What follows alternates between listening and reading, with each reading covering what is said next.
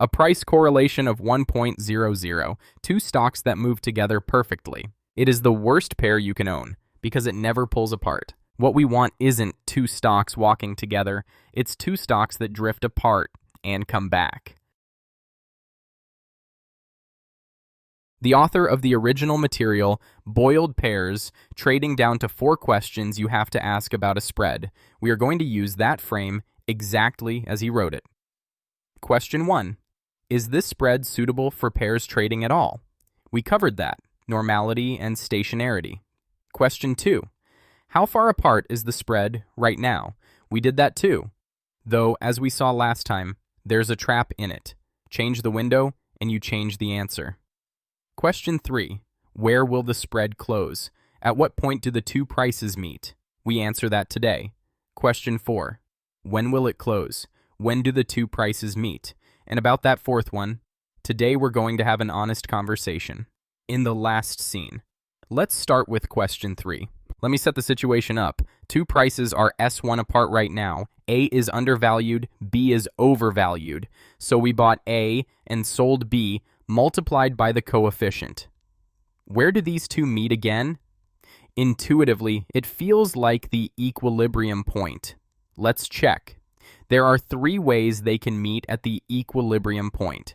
First, B comes down and A goes up, and they meet in the middle. B is our short, so when it falls, we profit. Both legs make money. Second, both go up. B rising is a loss, but A rises further, so the net is a gain. Third, both go down. B falling is a gain, A falling is a loss. And in all 3 cases, the profit is exactly the gap they started at, S1. Back in part 10, we said it doesn't matter where they meet, only that they meet. This is the formal reason why. But here, the author goes one step further. He works the coefficient backwards out of those 3 cases, and in all 3, the coefficient comes out as 1. Turn that around and you get this. If the coefficient is 1, then regardless of which direction the two stocks move or by how much, they are expected to meet at the equilibrium point. The author calls that a necessary and sufficient condition. One honest note. The author didn't prove this algebraically in general. He wrote that the signs kept confusing him, so he substituted actual numbers and checked it that way. So I'll pass it on the way he found it, a conclusion reached by numerical verification. So what happens when the coefficient isn't 1? Sometimes they meet below the equilibrium point, sometimes above it, and in both cases the coefficient can be greater than 1 or less than 1. It depends on the combination of direction and magnitude. Here the author writes something refreshingly honest. He says the results vary by condition, and he was not able to build a unified form of the condition. I'll pass that on as is. There is no clean formula. What we can infer is a tendency. The closer the coefficient is to 1, the closer to the equilibrium point they meet. And this is where pieces of this series lock together. What did we find in part 9? The closer the coefficient is to 1, the smaller the risk, because more covariance gets subtracted. And today we found that the closer the coefficient is to 1, the nearer the equilibrium point they meet. Put those two together and you can say this: the closer the meeting point is to equilibrium, the smaller the risk. And remember what we did in part 11. We minimize the autocorrelation coefficient to find the optimal coefficient. At the time, that was a mechanical reason. It's the value where stationarity looks best. Today, that value acquired a meaning. It was the value that makes the two prices meet at the most predictable place. Now the answer to the cold open, and a distinction we have been putting off since part 2. Correlation and cointegration are different concepts. Pairs trading cares far more about cointegration than about correlation. The author explains it with 2 pictures. First picture. 2 prices travel the same path side by side, locked together. The correlation calculated on prices is 1.00. Perfect correlation. The correlation on returns is close to 1 as well. Second picture. The destination is similar, but the route in between is different. They join, separate, all while heading in the same direction. The price correlation is only 0.79. The return correlation is minus 0.02. Effectively no correlation at all. Which one is suitable for pairs trading? The second. You saw why in the cold open. In the first one, the spread is flat. It never pulls apart, so there is nowhere to enter. No risk and no opportunity. So here is how to hold the two concepts apart. Correlation is resemblance in the past. How similarly have they walked so far? Cointegration is restoring force. Is there a pull that brings them back when they separate? Two people walking side by side can part at any moment. Two people tied by a rubber band get pulled harder the further apart they drift. What we put money on is always the second one. Find stocks that look alike was only half right. The author compares three kinds of pairs. This table gets used directly in practice. Pair 1, high correlation but not cointegrated, unusable. The spread is completely constant, so there's no risk and no expected return either.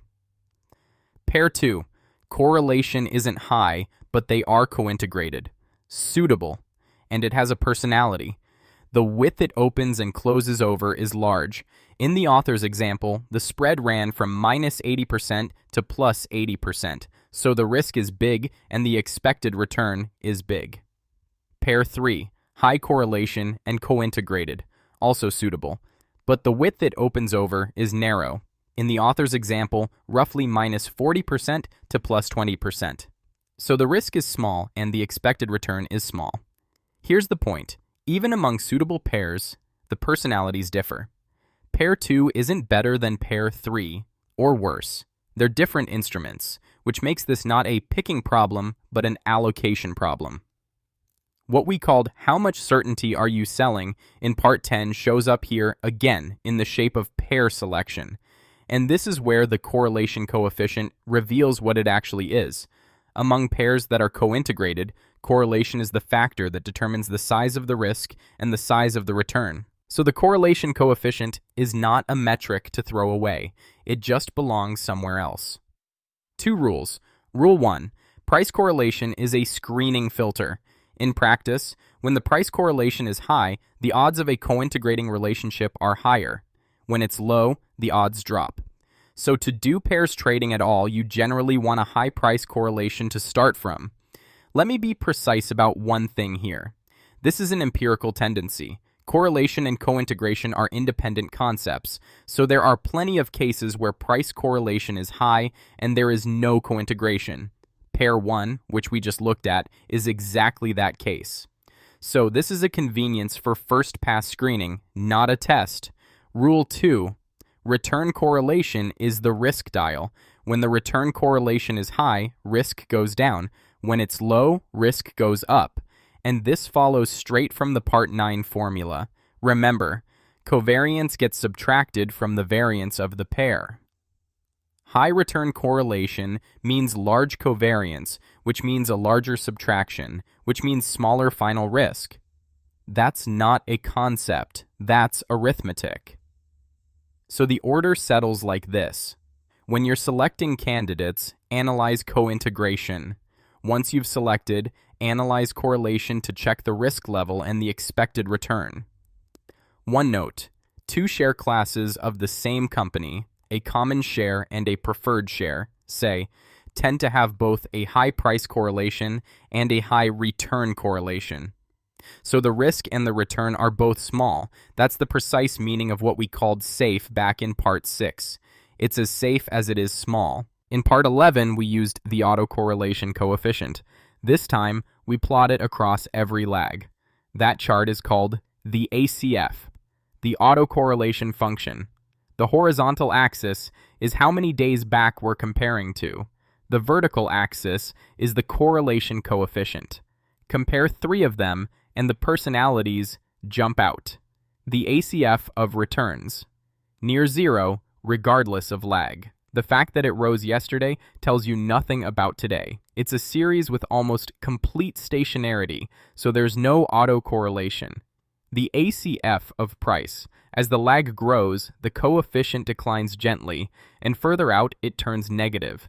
It's a trending series, so it resembles its recent past, and in a long uptrend, the distant past is low while the present is high, which produces negative correlation, and the ACF of the spread. In Part 10, we said the spread sits in between stationary and non-stationary. The ACF says the same thing. It declines like a price series does, but not smoothly. It declines in a wave. Read that wave, and you get one piece of information. In the author's observation, the autocorrelation kept falling out to a lag of 30 days. That means there's a trend component inside roughly the last 30 days, but around day 40 and day 60, the autocorrelation ticks back up. In trading days, that means a faint correlation on a cycle of about 2 to 3 months. The author attached his own caveat, that it isn't decisive for an investment decision. I'll pass that on too. But remember Part 11, where we said to fix your holding period first. Knowing the spread has a rhythm measured in months is worth something to that decision. And now the part of the original material I find most valuable. The author wrote down exactly how he actually picks his pairs. He starts with the 500 largest stocks by market cap. Pair up 500 names, and how many combinations do you get? 124,750. He analyzes the spread of all 120,000 of those automatically. Then he runs 3 filters. Filter 1, the top 20% by price correlation. You just learned the reason. The higher the price correlation, the better the odds of a co-integrating relationship. Filter 2, out of those, the top 20% again, ranked by lowest one-day lag autocorrelation. Because the lower the autocorrelation, the better the odds that the spread is stationary. That's what parts 10 and 11 were about. Filter 3, out of those, the top 20% again, ranked by price beta, the Cointegration coefficient, nearest to 1. Why? We learned it today. The closer the coefficient is to 1, the nearer the equilibrium point they meet, and as we learned in Part 9, the smaller the risk.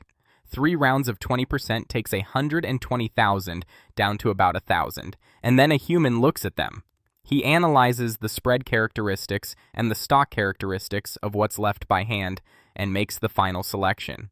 He repeats the whole thing once a month to refresh the list. Do you see what's happening here? Each of those 3 filters is one part of this series. 12 parts of theory get assembled into a single page of procedure. The theory became a screener, and now it's clear why he uses the autocorrelation coefficient instead of a proper ADF test. In Part 11, we said it's because the results are similar. The real reason is this.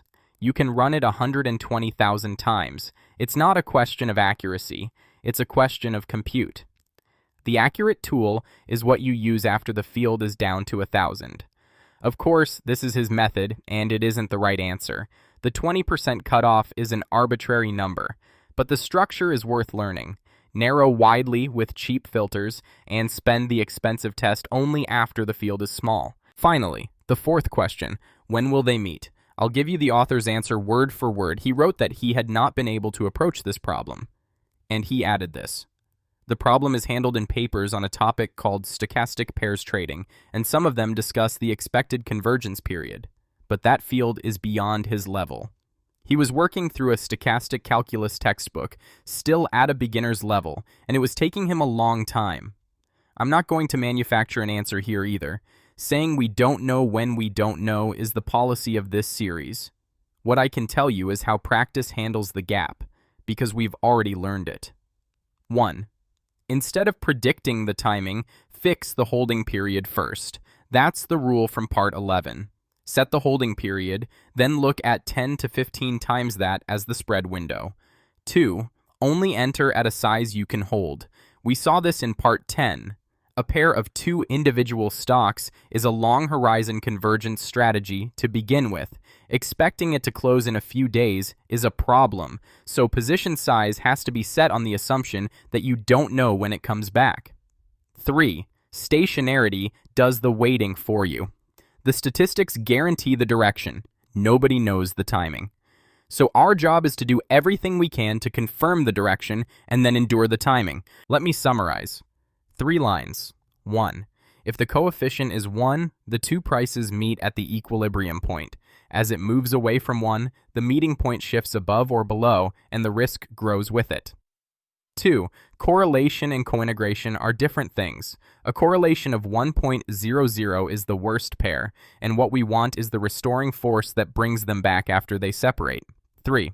Price correlation screens the candidates, and return correlation sets the size of the risk. Select with cointegration, size with correlation. Next time we answer the question, we keep deferring. Where does that coefficient actually come from? In part 11, we found it by minimizing the autocorrelation coefficient, and today we saw what the value means, but we still haven't covered why that method is legitimate. Next time we estimate the coefficient hands-on with Excel's solver, and we cover the two theoretical foundations behind it. The common trend model and the AR1 model. One last thing, and I mean it. What we covered today is a way of analyzing the relationship between a pair, and it is not investment advice. The correlation figures, the spread widths, and the cycle all come from the original author's own data and are there to explain the concepts. They are not general laws, and they are not backtests. The final judgment is always yours. If this helped, a like and a subscribe would mean a lot. And tell me in the comments, the two stocks you're watching right now, are they walking together or are they tied together? See you next time.